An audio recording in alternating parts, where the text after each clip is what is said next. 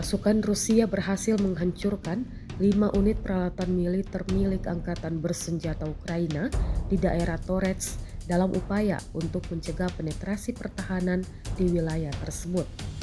Menurut laporan dari pihak Rusia, peralatan yang hancur meliputi 2 kendaraan tempur infanteri M2 Bradley buatan Amerika Serikat, 2 pengangkut personel lapis baja M113, serta sebuah mobil lapis baja.